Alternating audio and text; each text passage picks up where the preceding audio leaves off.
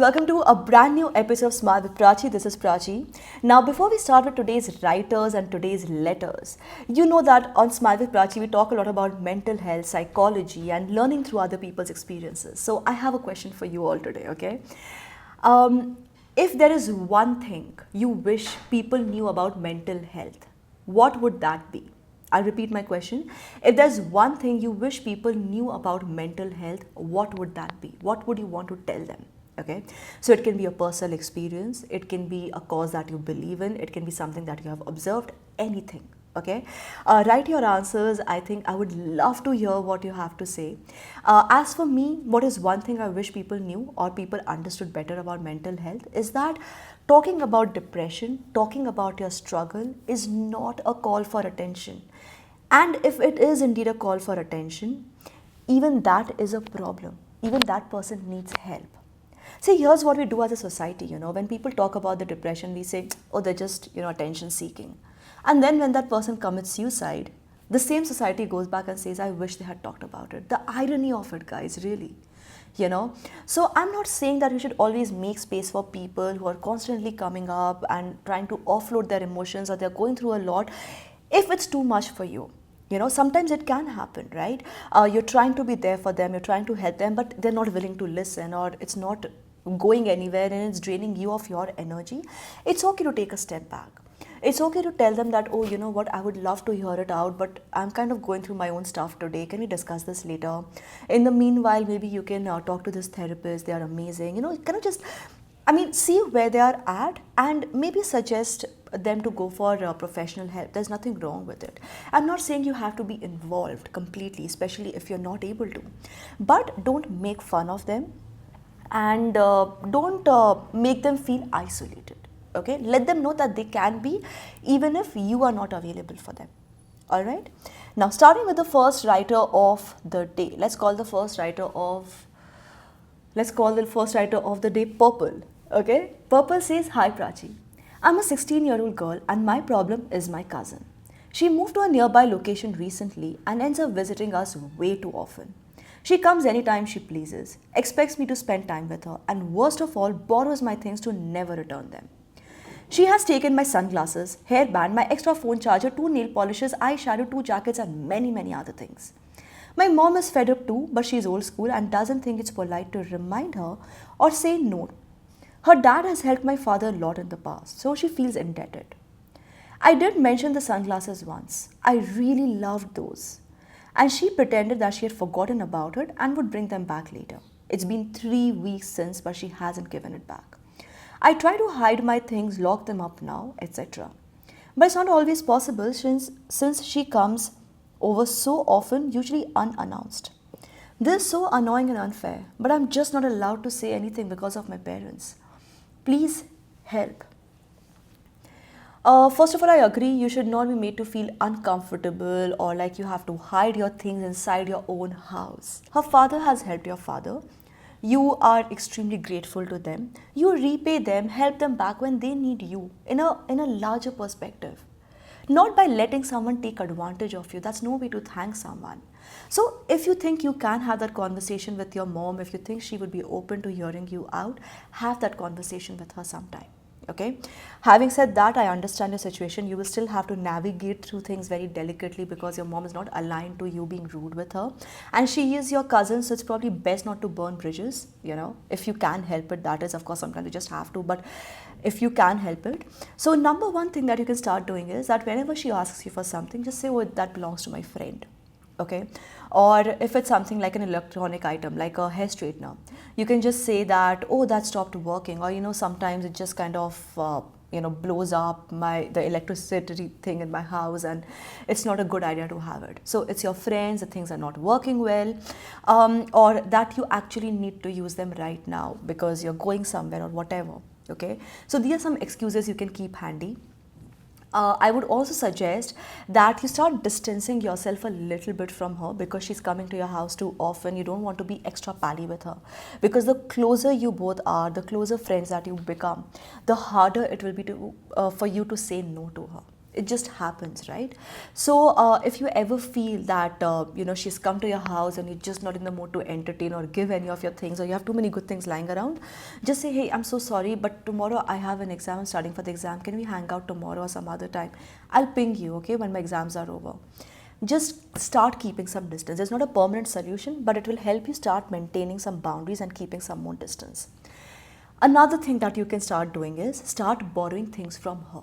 Okay, so it shouldn't be just her borrowing things from you. You borrow a whole bunch of things from her.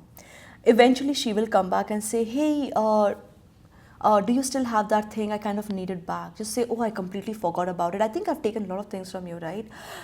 Let's do one thing. I think we both have exchanged a lot of stuff.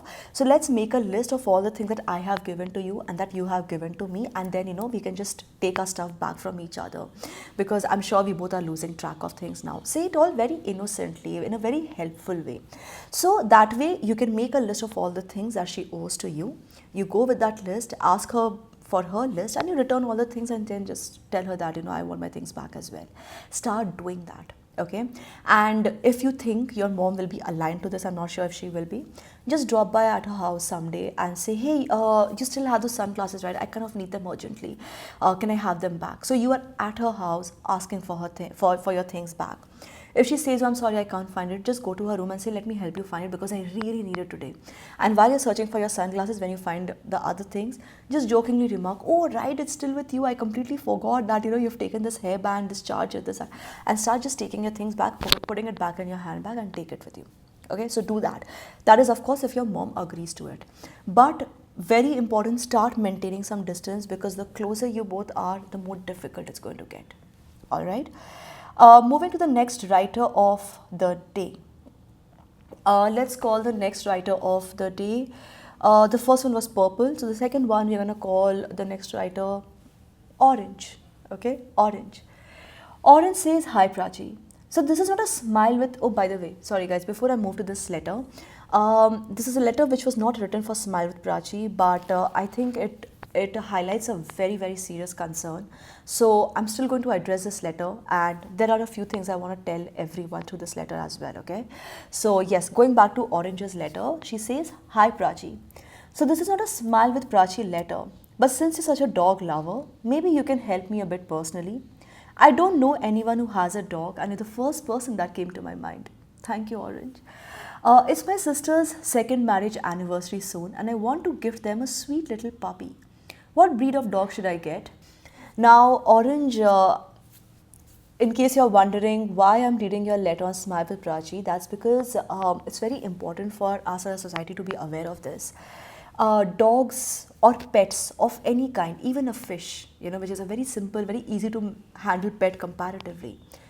Pets are never a very good gift. I'll tell you why.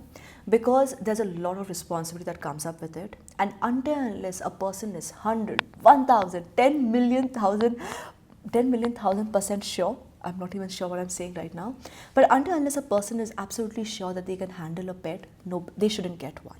Okay, for you it might seem like a cute surprise, but when the dog starts pooping and peeing all over the house, when your sister and her husband, they can't go to office because the dog is extremely whiny, when the dog ends up with ticks and rashes and fleas on their body and they have to rush them to the vet in the middle of the night, that is when things will get very real. As a person who has like a dog, like I'm a pet parent myself, right? I have a dog. I can tell you that we post nice things about our pets because we love them. I love my dog, but one of the things that we never talk about, and I want to use this platform to talk about this, is that it's not easy at all. It's very, very hard. On some days, I remember when Lyra, my dog, was very young, there was a day when she wasn't eating and I was busy, I was PMSing, I was just going through a lot that day. My dog just wouldn't eat, okay, and she constantly kept puking because she just was too fussy about her food. She wasn't unwell, but she was just being fussy. I remember I suddenly just broke down and started crying. I just held her in my arms and I started crying. I was like, I don't know if I can take care of you anymore. So, and I'm not someone who breaks down that easily. So these things happen to people. Never gift anybody a pet as a surprise or otherwise as well. And for all those people who are thinking of getting a dog, try to adopt one. I didn't know about this myself when I got my own dog, but with time I've realized that adoption is a much better option, number one. And number two, when you do get a dog home, please, please, please do a very thorough research. Okay, and be prepared to make a lot of compromises. There'll be times when you'll have to leave a party very early because you have left your dog alone or your cat alone at home for too long, and they need to be fed, they need to be taken care of, so you can't enjoy your party sometimes. Sometimes you will not be able to go on vacation because there's no one to take care of your pet when you're gone. So there will be all kinds of things. Okay, so be prepared for all the challenges and not just the cute phase that is so easy to fall for. Pets are amazing, but they're not for everyone. Okay, so yes guys, that's all I wanted to share in today's Smile with Prachi video. If you have any suggestions, anything to share with the two writers, purple and orange, two very different color spectrums, so I hope that doesn't get confusing. Purple and orange, please share your comments, your stories, or suggestions in the comment section below. And just a quick reminder before I end this video again, what is the one thing you wish people knew about mental health? Okay, it's your chance to spread awareness. I would love to hear from you guys. Maybe I can read out a few of these in my next video. So yes, thanks for watching guys. Have a great weekend everybody. Take care of yourselves and I'll see you again next week. Bye bye.